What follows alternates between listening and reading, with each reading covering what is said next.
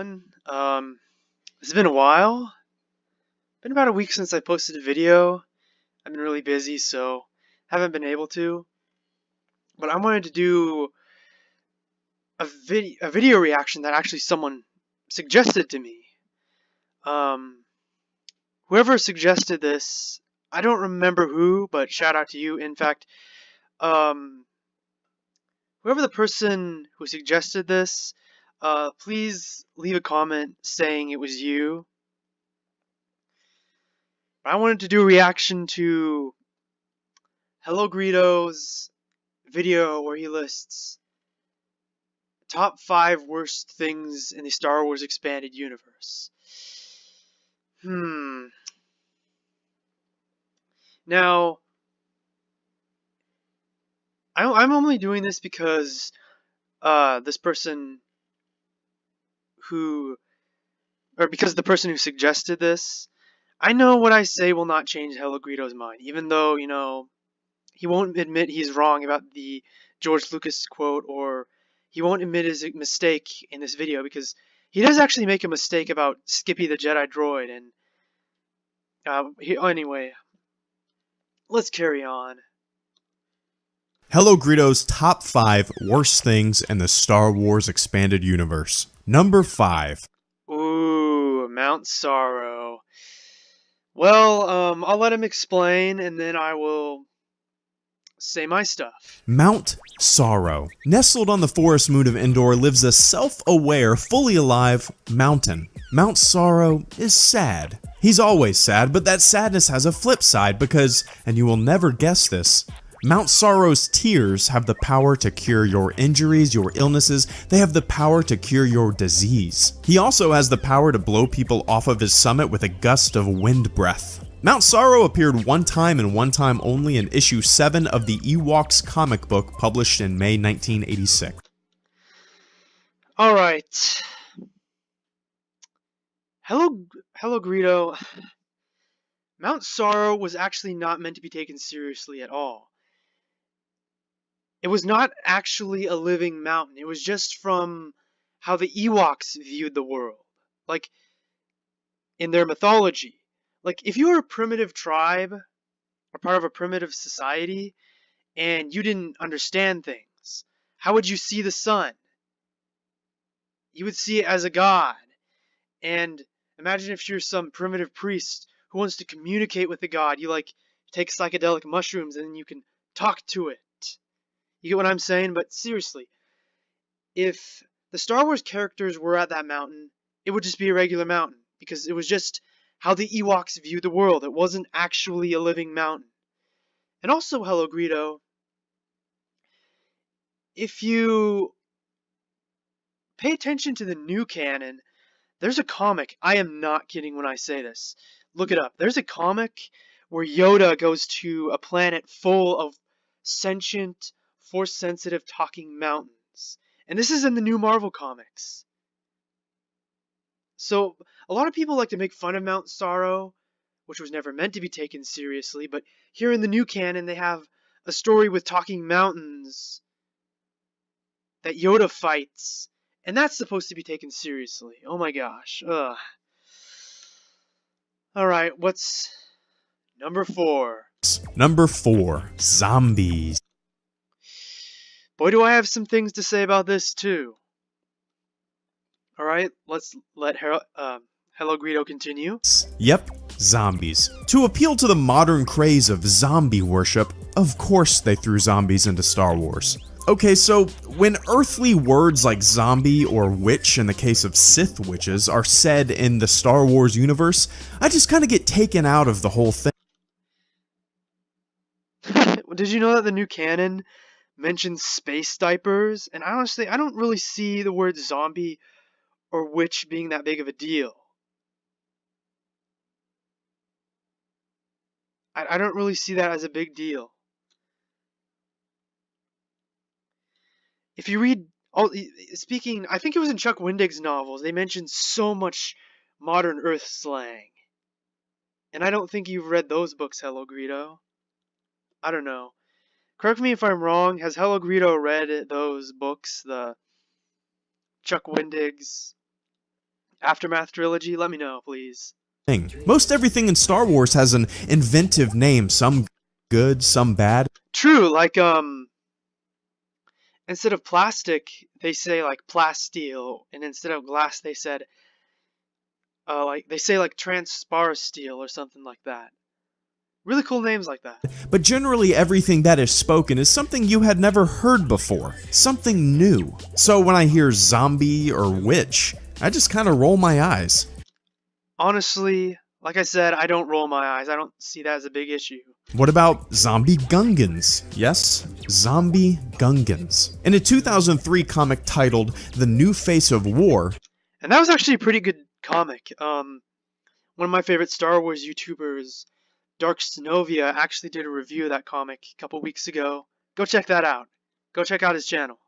a colony of Gungans is wiped out by separatists. Some of them reanimate with no explanation and begin chomping. Death Troopers is a book where a prison barge is aimlessly floating through space, it's broken down, and they stumble upon a Star Destroyer that has been abandoned. That sounds like a cool idea, I like that so far.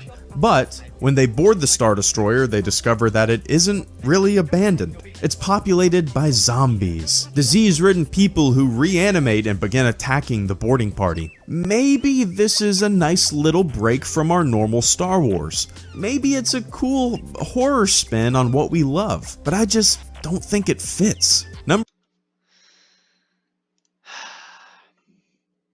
HelloGreedo, have you watched or have you paid attention to the new canon at all? There are several stories within the new Star Wars canon where there's zombies. In the Marvel comics, and also in Star Wars The Clone Wars, there's Night Sister zombies.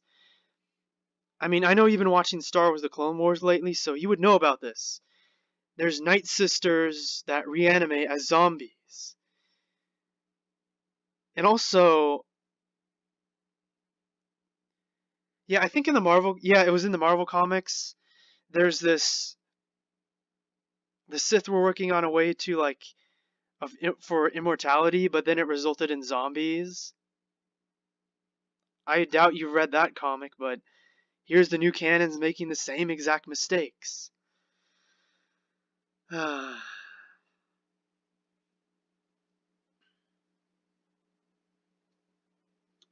Now let's continue on. What we love, but I just don't think it fits. Number 3. How is Boba Fett surviving? Bad. I don't necessarily see that as something that would constitute as one of the worst in the expanded universe. Boba Fett survives. Yes, Boba Fett survives the Sarlacc pit. It's described in a number of books: The Ordeal of Boba Fett, The Tale of Dengar, The Last One Standing, The Tale of Boba Fett, Tales of the Bounty Hunter, and Mandalorian Armor. Okay, so I guess this is canon, but just because it's canon doesn't mean I have to like it, right? It doesn't mean that everyone has to succumb to this level of fan appeasement. Alright, so when was this video made? I guess this was when the expanded universe was canon, so yeah, well, let's continue. Guarantee this was an afterthought. It was never intended, probably never even questioned or thought about when Fett fell into the Sarlacc pit in Jedi. I kind of feel like this is the biggest example of fan service in the entire saga. The fans like Boba Fett, okay, we'll just keep him alive. I really don't care if he has a jetpack or that his armor withstands stomach acid. His demise was great. Honestly, we actually never see him die. It's kind of, we all assume that he dies, but honestly, I don't see that as a big problem. Honestly, I just don't, sorry. Some fearful, powerful bounty hunter who captured our hero is reduced to nothing more than a candidate for the Darwin Awards. Number 2. Oh, this is one of the biggest ones. He's gonna bring up Dark Empire. The Emperor is still alive. Well, I guess not technically. See, in the expanded universe lore, the Emperor had an entire ship full of clones of himself, younger clones of himself. So the amazing act of self-sacrifice that Vader exhibits at the end of Return of the Jedi is rendered meaningless. No, it's not. It does not ruin his sacrifice. There's so many people.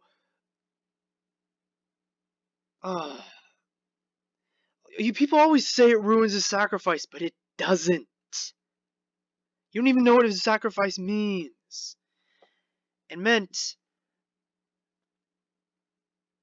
Darth Vader's sacrifice meant that Luke Skywalker could go on and live to rebuild the Jedi Order, and that's exactly what he does in the expanded universe. So it doesn't ruin anything. It doesn't make it meaningless. Also, Darth Vader's sacrifice also meant that, without a leader, the Empire splits apart, and that leaves a power vacuum, so the rebellion can form the new Republic. And if you've read Dark Empire, Palpatine is still defeated in the end. Also, get your facts straight. Palpatine's clones were mindless. It wasn't just separate clones. They were mindless clones, and Palpatine's Force spirit possessed them. If you follow EU lore. And why would you follow EU lore in cases like this? You have such a powerful ending to the trilogy, and then some side story comes along and kind of smashes it.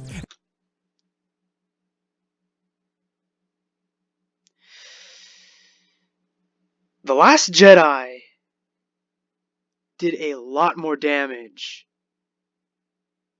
than Dark Empire did. In fact, Dark Empire didn't really do any damage at all. In fact, I just explained why it doesn't ruin the ending of Return of the Jedi.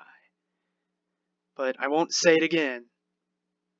And then that basically forces Star Wars fans to take sides in a discussion. You have the film side, which is full of meaning, sacrifice, fatherhood, and closure. And then you have the EU side that, for no reason other than another example of fan service, and maybe a lack of vision, tells...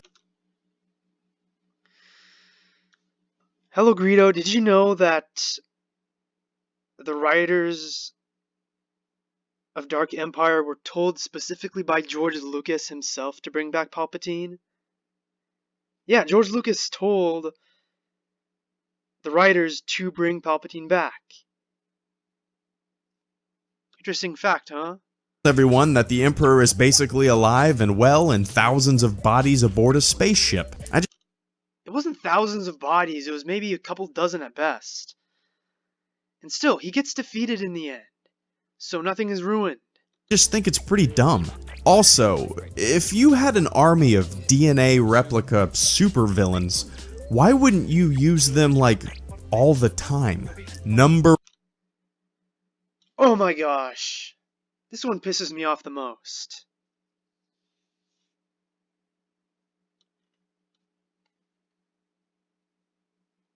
Number 1. Skippy the droid. You probably remember Skippy from A New Hope. Like me, you probably know this droid as R5-D4. I always assumed that it was just a coincidence that he blew his motivator. And it was! And I'll explain to you why. Which in turn made Uncle Owen pick R2-D2 out of the Jawa lineup. In Legends, he was still called R5-D4. But I'll explain why, again. But guess what? There's an explanation for why this happened. The EU has a habit of explaining shit that doesn't need to be explained. And boy oh boy, is this a shining example. So it's revealed that R5-D4, or Skippy if you want to call him that, can actually use the Force. Yep, that's right, a droid that can use the Force. Why? Because fuck it, that's why. So why does Skippy need to use the Force? Well, it's explained in Star Wars. Let me explain something to you, HelloGreedo. Skippy the Jedi droid was never part of the expanded universe. It was never canon to the films or the expanded universe. It was part of Star Wars Tales and Star Wars Infinities. So this had no effect in Legends whatsoever. In Legends, R5-D4 was just simply R5-D4, a droid who blew his motivator because it was faulty. Him being force sensitive was just a non-canon, always non-canon story. It was never part of the expanded universe, so I guess you could call this video the top 4 worst things, because it was never part of the expanded universe in the first place. So it was never meant to be taken seriously. Hell, you could even call this top 3, since Skippy, or no, I mean not Skippy, Mount Sorrow was just from how the Ewoks viewed the world. It wasn't literal. But I know you won't admit your mistake. Tails number 1, that he uses the Force in Jabba's palace, so he doesn't spill the drinks that he's serving. Yep, a Force-using robot bartender. Isn't this fun? He then uses the Force to escape from Jabba's palace, and he purposefully gets captured by the Jawas because he has a vision that if Luke teams up with R2-D2, the Empire will eventually fall. So what was a simple coincidence now has And it always was a coincidence, even in the expanded universe. some grand explanation that includes a Force-sensitive droid who doesn't want to spill drinks and has a dream that if he sacrifices himself, he will kickstart the downfall of the Galactic Empire. There's also another version of this story where R2-D2 sabotages Skippy the droid, purposefully detonating his motivator. Both of these are dumb. Sometimes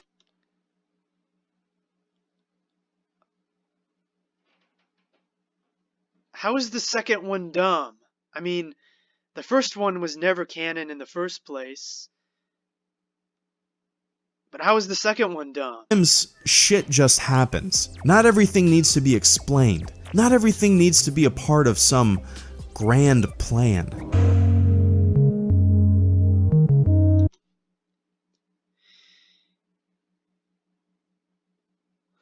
Alright. Why couldn't he have listed something like...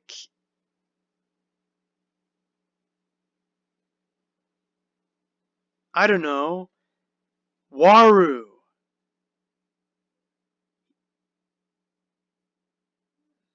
I mean, that is one of the worst things in the expanded universe. Well, that's my thoughts on that. So, what do you think? Let me know, and have a good day, I guess. Yeah? Or good evening.